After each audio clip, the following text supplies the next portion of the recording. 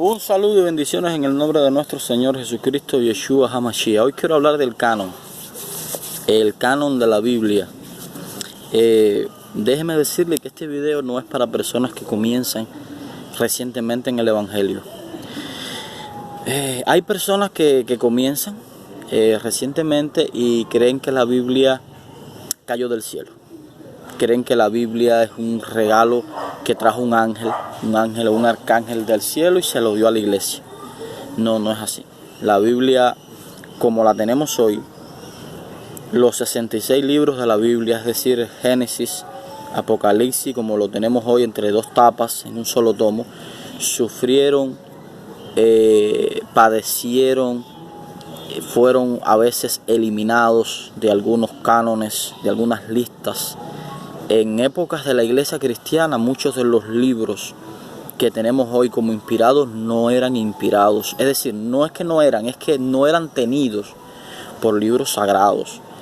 ¿Por qué dije al principio que la persona que es recién convertida, estas cosas quizás le haga daño? Porque cuando usted estudia la historia del canon con conciencia, con seriedad, con una mente abierta, usted a veces pierde la fe en la Biblia. Puede perder la fe en la Biblia, porque la Biblia se parece mucho a la persona de Jesucristo. Jesucristo tiene una doble naturaleza, es plenamente divino, pero es plenamente humano. Y la Biblia es igual, la Biblia es divina, pero es humana. Es inspirada por Dios, pero es escrita por los hombres. Hay un factor humano en la Biblia cuando se escribe. Dios inspira al hombre, pero no le prohíbe, no le elimina su intelecto, su personalidad al escribir. Cada escritor de la Biblia tiene una personalidad que Dios respeta.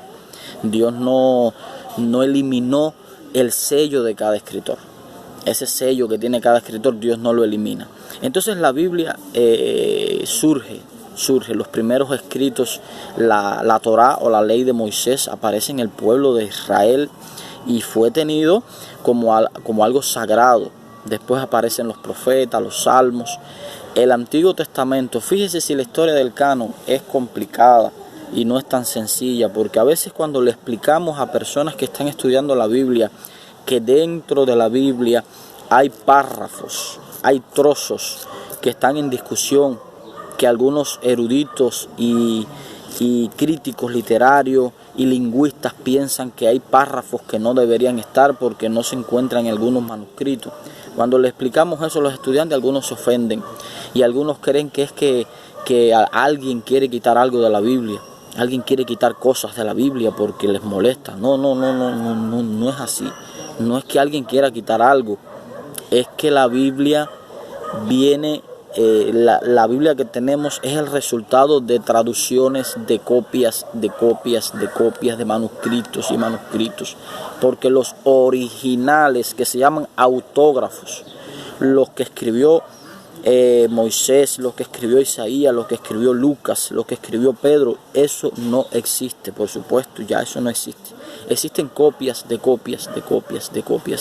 Y entonces habían copias que se guardaban en lugares y fueron dañadas y le faltaban pedazos. Habían copias con errores que fueron echadas en cestos para ser quemadas, y esas copias fueron después recuperadas y tenidas como seguras, como copias fidedignas. Y entonces comenzaron a aparecer ciertas diferencias en los textos sagrados de una copia a la otra.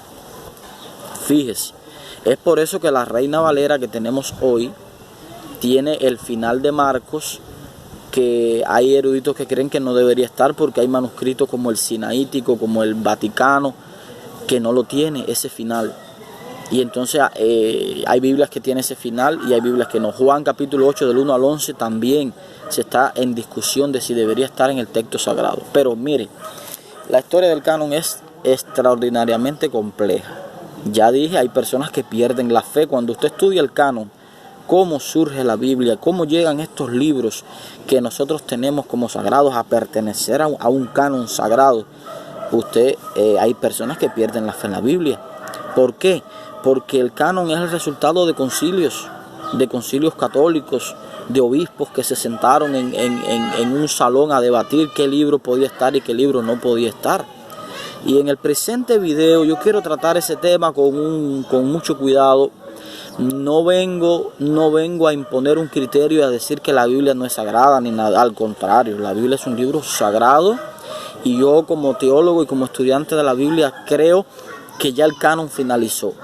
Es decir, Génesis, Apocalipsis es el canon, no podemos quitar nada de ahí ni podemos introducir nada, porque entonces ahora mismo en pleno siglo XXI se crearía un desorden extraordinario si empezamos a remover cosas porque creemos que no pueden estar. Mire, por ejemplo, el libro de Ruth, hay personas que creen, lingüistas, que no es real, que el libro de Ruth es una novela. Fíjese, esto yo sé que hay personas que nunca lo han oído. Yo creo que usted me entienda, yo no vengo a contradecir la Biblia ni vengo a desmentir nada. Estoy diciendo lo que dicen los especialistas. El libro de Ruth es una novela, es un cuento, es como una parábola que trata de darnos un mensaje sobre el casamiento de personas de distintas procedencias que no tiene nada que ver, porque recordemos que cuando Esdras, el pueblo regresa del cautivo babilónico, se les prohibió a las personas casarse con gente extranjera. Y el libro de Ruth trata de dar una enseñanza sobre eso. Pero hay gente que cree que el libro de Ruth no fue real, que eso no sucedió, que ni Ruth ni Booz existieron. Fíjese. Entonces, ¿qué quiero decir con esto? Que hay mucho de la Biblia que no conocemos. A ver, yo pienso que dentro de la Biblia está la palabra de Dios. Ahí hay palabra de Dios, ahí hay voz de Dios. Pero hay temas, hay textos que están en discusión por la manera en que se escribe y por la manera en que aparecen en el canon. Les decía al principio, el problema del canon es tan complejo que cada iglesia, cada religión tiene su propio canon. Fíjate, analizándolo desde ahí mismo, por ejemplo, los judíos tienen un canon que se llama la Taná o el Taná, que es el Antiguo Testamento judío. Ese es su canon. Ellos no tienen un Nuevo Testamento. Los cristianos evangélicos tienen la Biblia desde Génesis hasta Apocalipsis, pero los católicos tienen 9 libros más en su canon, llamados los deuterocanónicos, que aparecen en el canon oficialmente en el Concilio de Trento en el 1545, si mal no recuerdo. Déjeme buscar aquí. En 1546 se aceptan los deuterocanónicos. El Concilio de Trento, recordemos que fue un concilio contra la reforma de Martín Lutero, y aceptan los deuterocanónicos. Entonces ellos tienen su propio canon. Los judíos tienen un canon llamado el Taná, que es el Antiguo Testamento, y los evangélicos tienen un canon que viene siendo luterano porque Lutero puso los deuterocanónicos entre los dos testamentos y al final les restó valor, y después cuando se edita la Biblia por el 1800 y tanto, ya la Biblia no tenía los deuterocanónicos. La Reina Valera no tenía los deuterocanónicos. Entonces, en el 1850, aquí está, en el 1850 la Reina Valera se publicó por primera vez en los deuterocanónicos. Entonces, ¿qué quiero decir con esto? Que hay mucho lleva y trae, mucho tirijala con lo que es la Biblia. Fíjate, lo que es sagrado, el libro sagrado para las distintas religiones, las distintas confesiones de fe, varía. Usted va a un judío y le habla del Nuevo Testamento y dice, no, eso no tiene nada que ver con el canon, eso es algo, unos escritos de unos cristianos, unos religiosos ahí, seguidores de Jesucristo, pero eso no es sagrado, no es inspirado. ¿Y el canon de Cristo cuál era? El Antiguo Testamento.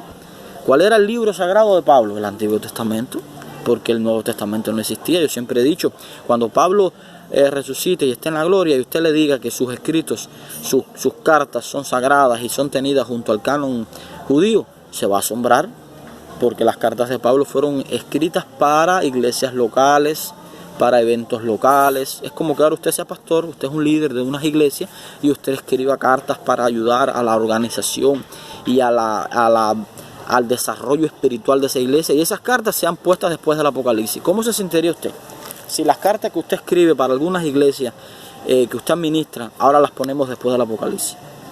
¿Cómo se sentirá usted? Usted dirá, bueno, ¿y esto qué cosa es? Y esto yo no lo escribí para eso era unas cartas locales. Bueno, así pasó con el Nuevo Testamento. Las cosas que escribieron los evangelistas, las cosas que escribió Pablo, Pedro, Santiago, Juan, todos ellos son un segundo canon, son el canon del Nuevo Testamento. Pero fíjese, Esdras realiza un canon. Por el año 400 allá, Esdras hace un canon de los libros sagrados. Marción hizo su propio canon. Y Marción en el 140 después de Cristo hizo un canon de Lucas y las 10 cartas de Pablo editadas, arregladas por él. Antonio Muratori encontró un fragmento que tenía 4 evangelios o los Hechos, 13 cartas de Pablo, no estaba Hebreos, sí Apocalipsis, Juan, y tenía el Apocalipsis de Pedro. Fíjese, ese es el fragmento que encuentra Muratori. Orígenes, uno de los padres de la iglesia, en el 254 acepta la Didaye, la secta, que no la tenemos hoy en nuestro canon, pero Orígenes las aceptó. Fíjate qué escabroso es este camino. Y la carta de Bernabé, Orígenes duda de Hebreo, de Santiago, de Judas, de Segunda, de Pedro, y de Segunda y Tercera de Juan. Eusebio de Cesarea, el historiador, por el año 325-340. Eusebio de Cesarea tiene un canon de 4 evangelios, Hechos, las epístolas paulinas, Primera de Juan, Primera de Juan